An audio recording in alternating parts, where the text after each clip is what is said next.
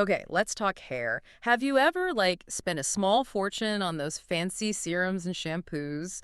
The ones promising that, ridiculously shiny Hollywood hair, only to look in the mirror and think, wow, my hair still looks like rejected hay. Seriously, hay a cow wouldn't even touch. We pour all this energy, right, into the outside fix, the conditioner, the treatments. But what if your bad hair day isn't just a bad hair day? What if it's like a desperate SOS signal coming straight from your gut? It sounds a bit wild connecting your intestines to your split ends, I know. Yeah. But honestly, the state of your hair is really just the tip of the iceberg. It shows what's going on deeper inside.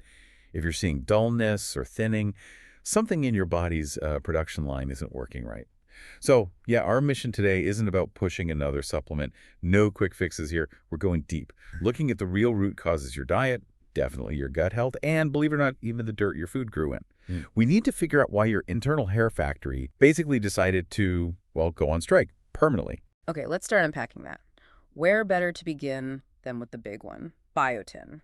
Everyone knows biotin, right? It's in every hair, skin, and nails ad. Yeah. Helps with thickness, structure. But here's the thing I don't get. If it's supposedly everywhere, why are so many people, low on it? Chronically deficient. Well, that's the fascinating part. Biotin is meant to come from two places. You get some from food, obviously, but crucially, your body is also supposed to be making a good chunk of it itself, internally. It's actually the job of the good bacteria, the ones in your gut microbiome, to synthesize biotin for you. Your gut is basically the main biotin factory. Ah, okay. So when things go wrong in the gut, maybe from antibiotics, wiping things out, or even long-term stress, you've essentially fired your entire internal biotin production team. Whoa, so if the factory floor is wrecked, you can swallow all the biotin pills you want, but the real problem, the missing workers, is still there. That makes total sense why the issue just pops right back up when you start the supplement. Exactly. You're just slapping a temporary Band-Aid on a, well, systemic breakdown in production. The actual long-term solution has to involve rebuilding that gut crew, through what you eat. Right.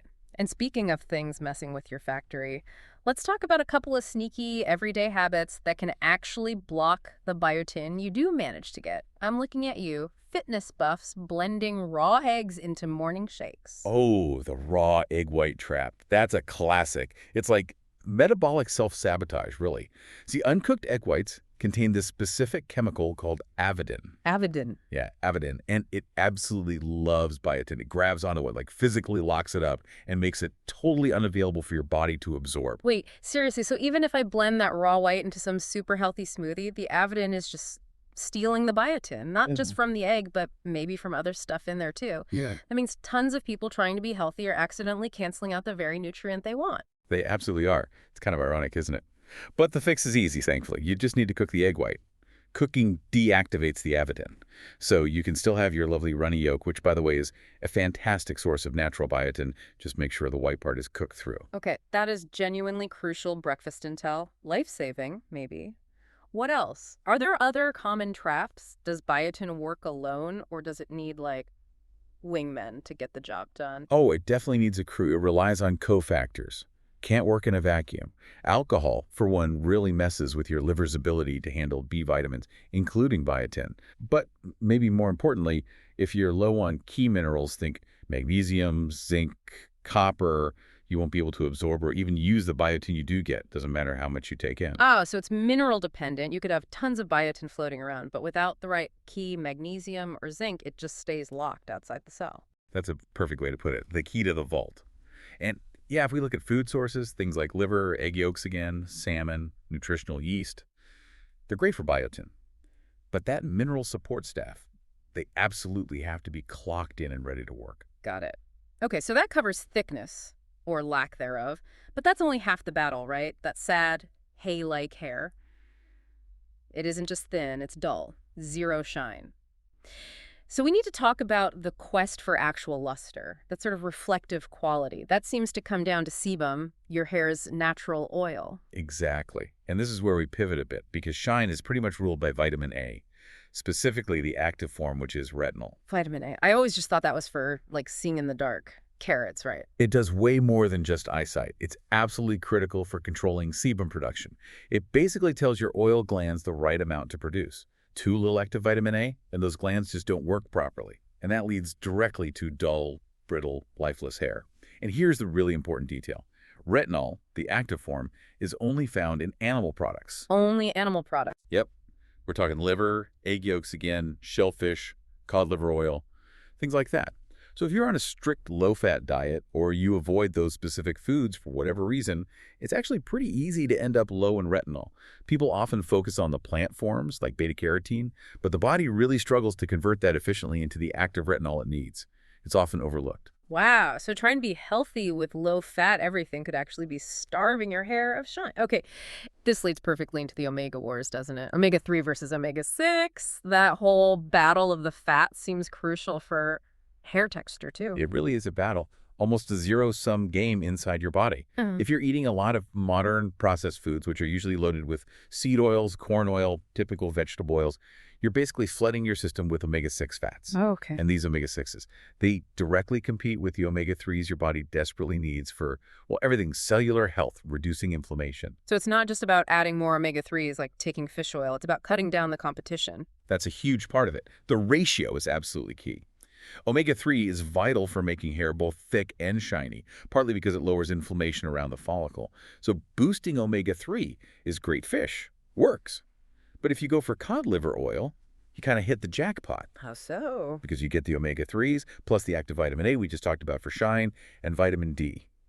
They all work together synergistically for hair health. It's a powerhouse. The power trio again. Liver, egg yolks, cod liver oil. Okay. Now let's circle back to the gut factory for a sec. You mentioned it makes biotin, but you hinted there's one specific microbe that sounds like it's practically running the whole hair show. This sounds really interesting. Yes. We need to talk about Lactobacillus rhetri, L. rhetri. This particular microbe is, honestly, kind of a superstar in the gut world. But what's really striking is the research suggesting it's actually missing in up to 96% of people in the modern Western world. 96%. That's almost everyone. It's shockingly high. Mm-hmm. And again, you could probably blame modern life, past antibiotic use is a big one, but also maybe over-sanitization, diets, lacking diversity. Anyway, L. reuteri does a ton of good things for your body overall, but one of its very specific jobs, like one it's uniquely tasked with, it actively increases sebum production. The shine stuff. The shine stuff, exactly. Yeah. And it also stimulates hair growth factors directly. So if you're missing this one key player in your gut microbiome, your hair shine and growth are likely going to suffer a lot, even if you're eating perfectly otherwise. It's like the ultimate missing link between your gut and great hair. That is genuinely incredible. Okay, so factory shutdown for biotin, missing shine microbe. Now let's get into minerals. Because this is where the story gets even wilder, connecting your hair right back to the farm, essentially. Let's talk about that mineral duel, iron and copper. Right. Iron's important, no doubt. It carries oxygen to the hair roots, gives them energy to grow, helps with collagen. But, and this is the crucial twist, iron levels and usage are controlled by copper. They have this very antagonistic relationship. Often what looks like an iron deficiency problem can actually be fixed by sorting out your copper levels. Which brings us to what you call the modern iron problem. This feels backwards because we're always told we need more iron, right? Iron supplements, fortified foods. But you're saying maybe we have too much. In many cases, yes, exactly. Think about how many foods are fortified with iron, especially things like conventional bread, cereals, pasta. Our bodies are actually designed to be incredibly efficient at recycling iron. We lose very, very little each day, maybe half milligram to a milligram, tops. Okay. Yet the recommended daily allowances are often way higher than that. So over time, many people build up excess iron, and that excess iron becomes a major bully. Think of iron and copper needing the same parking spot in your metabolism. Too much iron just hogs the spot, pushing copper out. It actively locks up and depletes your body's copper stores. So by trying to get enough iron, especially from fortified sources, we could actually be creating a copper deficiency. Precisely. An iron overload effectively blocking copper. And copper is absolutely vital for hair structure, pigment, and that healthy shine. Wow. To think my breakfast cereal could be indirectly dulling my hair. That's wild. But how did we get so low on copper in the first place, even besides the iron issue? This is where the farm connection comes in, right? The soil. It literally starts in the ground. A lot of modern large-scale farming relies heavily on NPK fertilizers. Nitrogen, phosphorus, potassium. NPK, yeah. Makes things grow big and fast. It does. But it often does so at the expense of other vital minerals in the soil. Using NPK year after year can lead to significant depletion of micronutrients, especially copper. So the soil is copper poor, which means the plants growing in it are copper poor. Exactly. And then it moves up the food chain. There's fascinating research showing this. When livestock, like cows or sheep, graze on pasture grown in this copper-deficient, NPK-treated soil, their coats literally start to lose their shine. They become dull, coarse, rough-looking. No way. So my dull hair could basically be sad cow hair syndrome. It's the same underlying biological issue, a copper deficit starting from the soil. It's the same fundamental mechanism. The lack of soil vitality driven by those fertilizers directly impacts the mineral content available to the animal, or to us if we eat plants grown that way.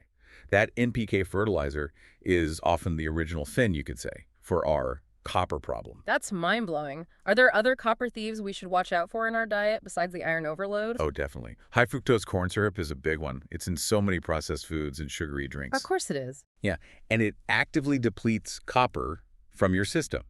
So that regular soda or processed snack habit, it's directly undermining your hair health by stealing that key mineral. Also, a word of caution on supplements. Taking high doses of zinc by itself, long-term, is another classic way to mess up your copper levels. Zinc and copper are antagonists, too. Ah, another bully. Pretty much.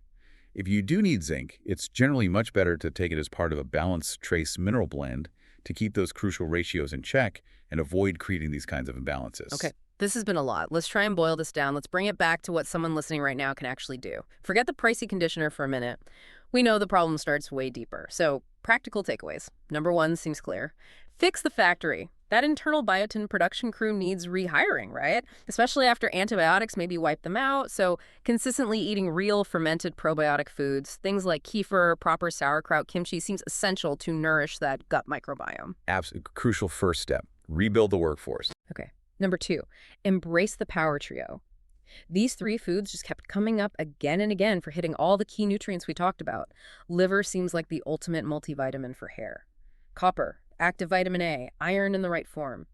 Egg yolks, fantastic for biotin and vitamin A, but only if the whites are cooked. Critical rule. Don't forget that one. And cod liver oil gets you the omega-3s, more active vitamin A and vitamin D. That synergy seems powerful. That trio covers a huge amount of ground nutritionally. And number three, think soil health. When possible, try to choose organic foods, maybe especially things like wheat or grains if you eat them. The goal is to minimize exposure to foods grown in those potentially micronutrient-depleted soils caused by just relying on NPK. We need those trace minerals like copper in the right balance, and that starts with healthy dirt. It's perfect sense. Support farming practices that support soil health.